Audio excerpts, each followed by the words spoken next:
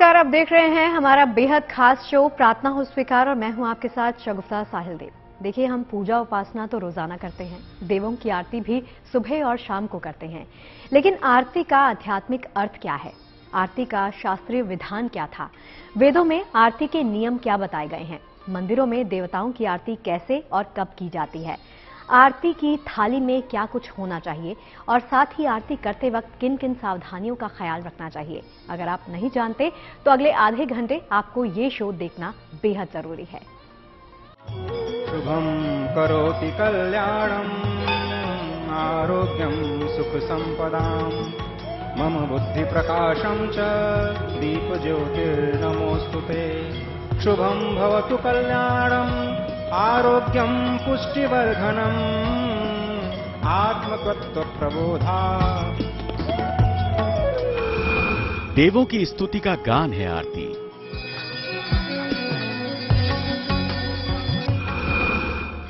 आरती में समाई है दैवीय शक्तियां।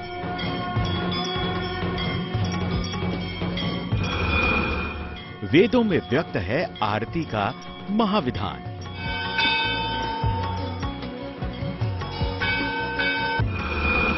भगवान शंकर की होती है भस्म आरती।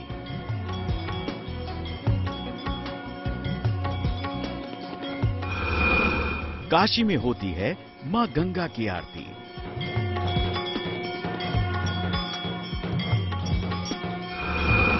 आरती देवताओं का होता है गुणगान।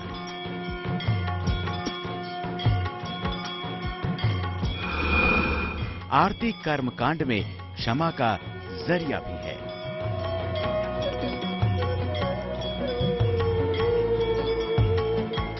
कहते हैं कि हाथों में घी का दीपक लेकर सच्चे मन से आस्था के साथ गाकर अगर भगवान को पुकारा जाए तो भगवान जरूर आते हैं।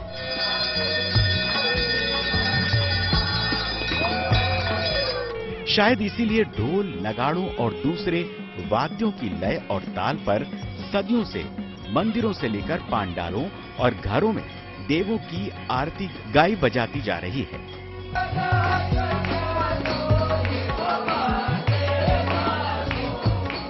लेकिन आरती कोई लोक विधा नहीं है, बल्कि आरती की व्याख्या वेदों में भी की गई है। स्कंद पुराण में कहा गया है, मंत्रहीनम क्रियाहीनम यत् कृतं पूजनम हरेः सर्वम संपूर्णतामेति कृते निराजने शिवे। अर्थात पूजन मंत्रहीन या क्रियाहीन होने पर भी निराजन यानी आरती कर लेने से उसमें सारी पूर्णता आ जाती है। इसीलिए आरती को आरात्रिक या आरार्तिक और निराजन भी कहते हैं।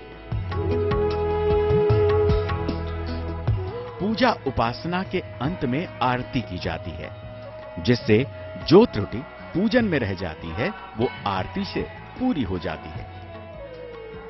श्री विष्णु धर्मेत्तर में कहा गया है, धूपम चारात्रिकम पश्येत काराभ्याम च प्रवंदेत कुलकोटिम समुद्धृत्य याति विष्णोः परम पदम। अर्थात जो धूप और आरती को देखता है और दोनों हाथों से आरती लेता है, वो करोड़ पीढ़ियों का उद्धार करता है और भगवान विष्णु के परम पद को प्राप्त होता है। मान्यता है कि भगवान का गुणगान करने वाली आरती उनके भक्तों को भक्ति के सरोवर में डुबोने का जरिया बन जाती है। इसीलिए माना यह जाता है कि ईश्वर की पूजा का कोई भी कर्मकांड आरती के बाद ही संपूर्ण होता है। देखिए, हमारे सनातन धर्म और हिंदू धर्म की जो पूजा पाठ की पद्धति रही है, उसमें अंतिम चरणों का ये क्रम है। इसको पूर्णाहुति भी कह सकते हैं कि जब कोई भी अनुष्ठान पूजा पाठ पूर्ण होता है और जिस देवी देवता के लिए वो आराधना अनुष्ठान किया जाता है, उनके लिए ही अंतिम चरण में आरती करते हैं। आरती करने के समय और विधान के साथ आरती के समय कैसी सावधानी रखनी चाहिए, ये सब तो हम आपको बताएंगे ही, लेकिन उससे पहले हम आपको बताते हैं कि आरती करने के आखिर फायदे क्या होते हैं।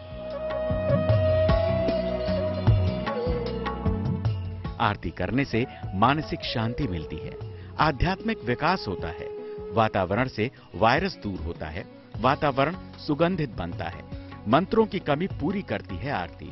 आस्था के साथ की गई आरती पूर्ण फल देती है। आरती करने से जो आरती की ऊर्जा जो उसमें से जो जोत जलती है और जब उसमें से जो ऊर्जा निकलती है उससे मंदिर का गर्भगृह सुगंधित होता है और वहाँ से वातावरण पूरे नगर का और देश का सुगंधित होता है।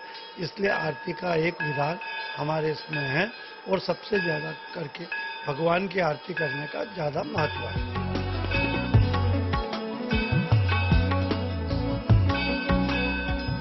मंदिरों में देवों की रोजाना 5 बार आरती करने के विधान को बताया गया है। आरती वो साधन है जिससे मन में भक्ति का दीप जलाकर देव की विशेष कृपा पाई जा सकती है। मंदिरों में मंगला आरती, श्रृंगार आरती, राजभोग आरती, संध्या आरती और शयन आरती का विधान है। सूर्योदय में भगवान को जगाने के लिए मंगला आरती की जाती है। सुबह की पूजा के बाद भगवान को सजाने के लिए श्रृंगार आरती होती है। दोपहर में भगवान को भोजन कराने के लिए भोग आरती करते हैं। संध्या काल में भगवान के लिए की गई आरती संध्या आरती कहलाती है। रात में भगवान को सुलाने के लिए की गई आरती शयन आरती कहलाती है। प्रातः एकदम सुबह जिसको मंगल वेला कहते हैं तो उसमें मंगल आरती का विधान है। इसके पश्चात भगवान का जब स्नान ध्यान पूजन ये सब कर लेते हैं फिर उनको जो फलाहार का भोग या सूक्ष्म जिसको आप नाश्ता इत्यादि भी कह सकते हैं शाम का भोग लगता है तो उसके पश्चात भी आरती का विधान है। फिर मध्याह्न की आरती का विधान है, फिर सायंकाल की आरती का विधान है एवं अंतिम समय में शयन आरती का भी विधान है। मंदिर के अंदर तो अलग अलग विधान है पर प्रातःकाल आरती जो होती है जिसको सारे मंदिरों में मंगला आरती बोलते हैं और उस आरती को भगवान को ही पहले देने का होता है। देव वंदनम, देवता को आरती दी जाती है और उसके बाद में हम लोग लेते हैं जिससे हमें ऊर्जा प्राप्त होती है, भक्तों को ऊर्जा प्राप्त होती है। कई मंदिरों में इन 5 आरतियों के साथ साथ पूजा आरती और धूप आरती का भी विधान बताया गया है।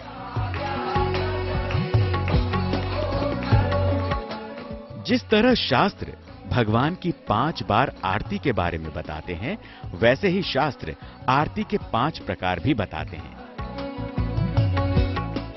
पहली आरती दीपमाला से की जाती है, दूसरी आरती जल युक्त शंख से की जाती है, तीसरी आरती धुले हुए कपड़ों से की जाती है, चौथी आरती आम या पीपल के पत्तों से करते हैं, पांचवी आरती साष्टांग दंडवत होकर करते हैं। पंचमुखी आरती होती है, 11 मुखी आरती होती है, 1 मुखी की आरती होती है। जिस मंदिर की जैसी प्रथा होती है उस मंदिर के अंदर देवालय के अंदर उसको आरती को इन चीजों से सजाया जाए। चांदी की आरतियां होती है, तांबे और पीतल की आरतियां होती हैं, उनके अंदर रुई की बाती रख के 5 बाती 7 बाती 11 बाती रख के भगवान की आरती की जाती है। आरती का अपने आध्यात्मिक महत्व तो जान लिया, लेकिन आगे हम आपको बताने वाले हैं आरती करने का शास्त्रीय विधान। साथ ही आपको बताएंगे कैसे बनाएं आरती की थाली और आरती के समय क्या क्या रखें सावधानी। तो आप बने रहिए हमारे साथ और देखते रहिए प्रार्थना हो स्वीकार। देखिए, आरती देवों की कृपा पाने का सबसे सरल और आसान साधन है। इसीलिए हर पूजा उपासना में आरती सबसे अंत में की जाती है, या यूं कहें कि आरती से ही हर पूजा पाठ उपासना आराधना का समापन होता है। इसीलिए आरती के नियम और विधानों को शास्त्रों में लिख दिया गया है।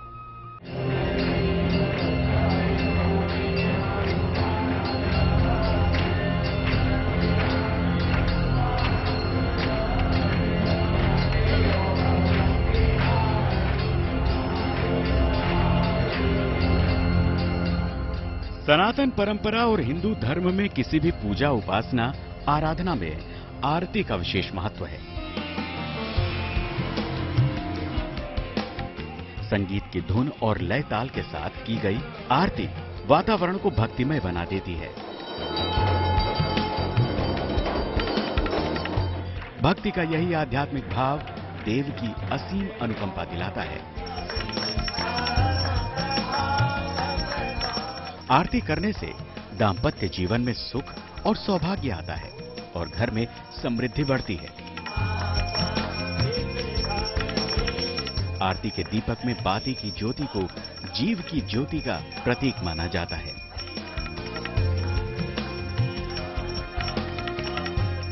इसीलिए पुराणों में कहा गया है कि कोई व्यक्ति अगर मंत्र नहीं जानता, पूजा पाठ का विधान नहीं जानता और केवल आरती करता है तो भी उसे पूजा का पूर्ण फल मिलता है। तो चलिए आरती कैसे करनी है उसके विधान को हम आपको बताएं। उससे पहले हम आपको बताते हैं कि आरती के थाल को आपको सजाना कैसे है। किसी भी धातु की थाली लें, थाली में रोली से स्वास्तिक बनाएं, थाली में सुंदर साफ फूल रखें, थाली में घी और सफेद रुई की बाती का दीपक रखें। घी का दीपक देव के समर्पण के लिए जलाते हैं। विपत्ति या संकट दूर करने के लिए तेल का दीप जलाएं। बत्ती के स्थान पर कपूर का भी प्रयोग किया जा सकता है। दीपक में विषम संख्या में बत्तियां लगाएं। सामान्य तौर पर 5 बत्तियों से ही आरती करते हैं, जिसे पंच प्रदीप कहते हैं। जब भी हम किसी देवी देवता का आरती करने का क्रम प्रारंभ करते हैं तो पहले दीपक जलाया जाता है और दीपक में भी विषम संख्या की बत्तियां होनी चाहिए। 3 हो, 5 हो, 7 हो। गृहस्थ जीवन या सामान्य आरती के लिए इतना पर्याप्त होता है। अमूमन रोजाना सुबह और शाम 2 बार देव की आरती की जाती है, लेकिन आरती करने की वैदिक और शास्त्रीय विधि क्या है, अब ये भी जान लीजिए। वैसे तो वैदिक काल में संध्या पूजन का विधान है, जिसमें प्रकृति पूजा होती है, लेकिन मंदिरों में पूजन के बाद से आरती का चलन बढ़ता चला गया। स्कंद पुराण में सबसे पहली बार आरती का जिक्र मिलता है। आरती से पहले भगवान गणपति का ध्यान करें। गणेश जी को मंत्रों से 3 बार पुष्पांजलि दें, फिर 3 बार शंख बजाएं। सबसे पहले भगवान की मूर्ति के चरणों में आरती 4 बार घुमाएं। 2 बार नाभि वाले हिस्से में आरती घुमाएं, 1 बार भगवान के चेहरे पर आरती घुमाएं, 7 बार पूरी मूर्ति पर आरती घुमाएं। इस तरह कुल 14 बार आरती घुमानी चाहिए। आरती करने के बाद उस पर जल फेर दें। प्रसाद के रूप में वही जल सभी पर छिड़कें। शास्त्र में ये बतलाया गया है कि सबसे पहले 2 बार चरण पर से आरती उतारनी चाहिए, फिर नाभि स्थल अगर दिखाई दे या ध्यान के द्वारा नाभि स्थल की 1 बार आरती उतारनी चाहिए। पुनः ईश्वर या देवी देवताओं के जो मुखाकृति होती है उसकी 3 बार आरती उतारनी चाहिए। तत्पश्चात 7 बार पूरे विग्रह की आरती उतारने का क्रम शास्त्र में वर्णित है।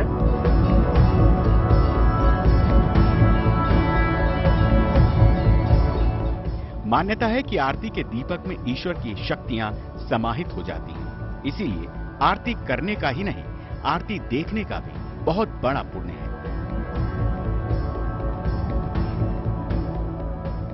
जो नित्य भगवान की आरती देखता है, दोनों हाथों से आरती लेता है, वो अपनी करोड़ों पीढ़ियों का उद्धार करता है और अंत में भगवान के परम पद को प्राप्त हो जाता है।